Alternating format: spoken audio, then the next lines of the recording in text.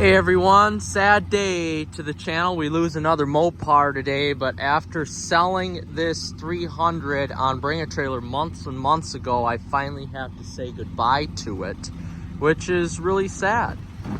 So there's a reason why I sold this, and now it's running a little hot, as you can see. I'm going to turn it off. But there's a reason why I sold this and why I bought it. So when I bought this, I had a 2007 300 SRT8, my dream car at the time, which was fantastic. I mean, it really was great. I ended up selling that because I had enough time with it, and essentially I was ready to move on to manual transmission cars. And well, I did have that car, though. I wanted a new 300 and an old 300. And you could see it smoking a little bit from the hood. But essentially here, I wanted this car. Nice. I wanted this car because I wanted to essentially take it to car shows. And I thought I would have more time this summer to take it to car shows. Well, lo and behold, running a golf course, this is my 5th year, and this has been the busiest I've ever been. So I have had no time to do anything with it. So I sold it on Bring a Trailer. I bought the car for $7,000, and apparently the only thing it needed was a fuel pump. Well, like, oh gosh, a month and a half later of working on it every single day in my shop, and like $3,000 to $4,000 later in parts and stuff, that was not the issue. So I couldn't stick any more money into this car because it just wasn't it wasn't something I wanted to stick that much money into. I didn't want to pay $7,000 for the car and have to stick $7,000 into it. So I figured with the stuff that I did to it, with a slight paint correction, interior detail, all of the parts that I put on the car to make it new, and trying to source and find them, I figured, well, I'll be able to get about $10,000 for the car. Well, and I will make a video on this too, but Bring a Trailer let me down. I only got $67.50 for it with the new rims and tires that I actually bought for a Dodge Monaco that I had before this, which honestly I should have kept. And those were $2,000 in itself. So really I lost a lot of money on the car. Not everybody's looking for a 300. It's just kind of that niche classic car that not everybody's looking for. I would have been better off buying a Firebird or a Camaro or a Corvette. Maybe I should have bought a 3rd gen Corvette, something like that, instead of this car. Or even a Charger or Coronet, Polaris, something like that. So I really screwed up, and as beautiful as this car is, I just didn't want to stick more money into it. And that's the problem with classic cars. Where I am in my life right now, owning this business, I have no time to cruise on the weekends. I essentially get a few days a year to cruise. I have my Corvette, I have my Camaro SS, and I have my Challenger SRT, and essentially that's all I need when it comes to cars. I just don't have the time, or I don't want to stick all the money into repairing these cars. And you can't just take it to a dealership. If my guy is super busy, which he always is, I can't just take it to a dealership and expect it to be done. That's not how classic cars work. It's a waiting process, and I don't have time to wait, frankly. I'm not of the waiting type of person. So essentially that's where I stand with it. I mean, it is just such a beautiful car.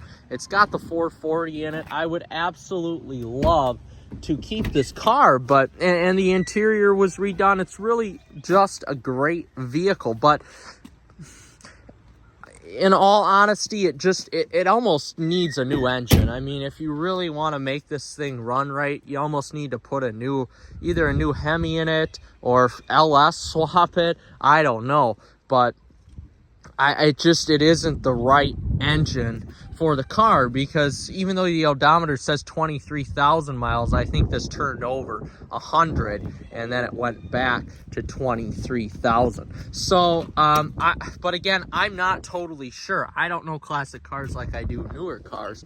So essentially that's where we leave it, and I'm just waiting for it to get picked up. It's going to a person in Honolulu, Hawaii, actually. So this has got a long ways to travel from where I got it in Minnesota to here in Wisconsin, all the way to Honolulu, Hawaii. So if you're in Honolulu and you see this cruising around someday, realize that it was mine. But it just needs too much more stuff here that I can't afford to put into it. Or let's just put it this way, I don't want to afford to put into it.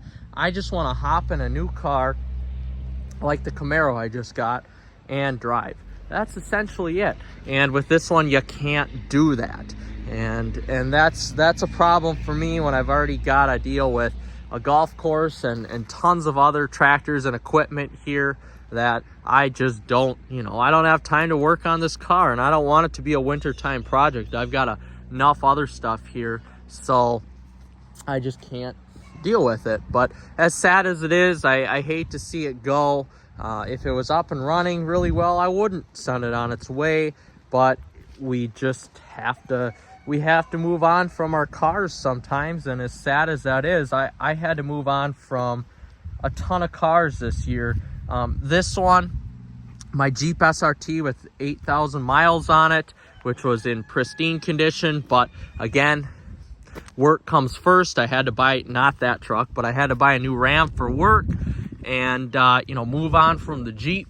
Essentially had to move on from my 300 SRT because it just wasn't fun to drive anymore, and I had to move on from my Solstice because I just, that was too similar of an experience to my Corvette.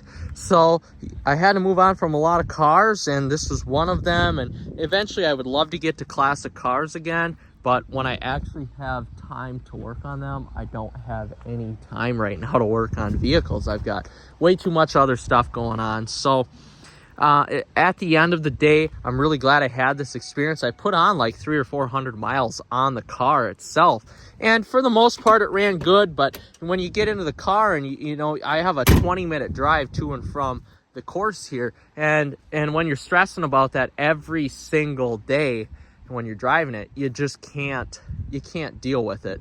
So I'm happy that I had the experience. In hindsight, I shouldn't have bought the car because I was going to sell the 300 anyway, and I really should have just held on to the Monaco that I bought for $1,000 and just drove that around, because that was pretty cool.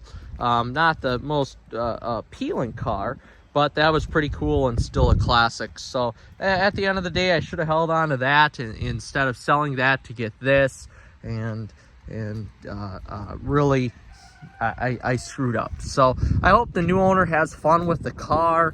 The new owner is clearly, without going into any detail, he's clearly got the money. If he wants to keep this, if he wants to sell it, do whatever with it, he's clearly got the money for it. So at the end of the day, he can do whatever with it. So that's the backstory of the 300 and why I'm getting rid of it. So I appreciate everybody watching. Like and subscribe for more Mopar content, and we will see you in the next one.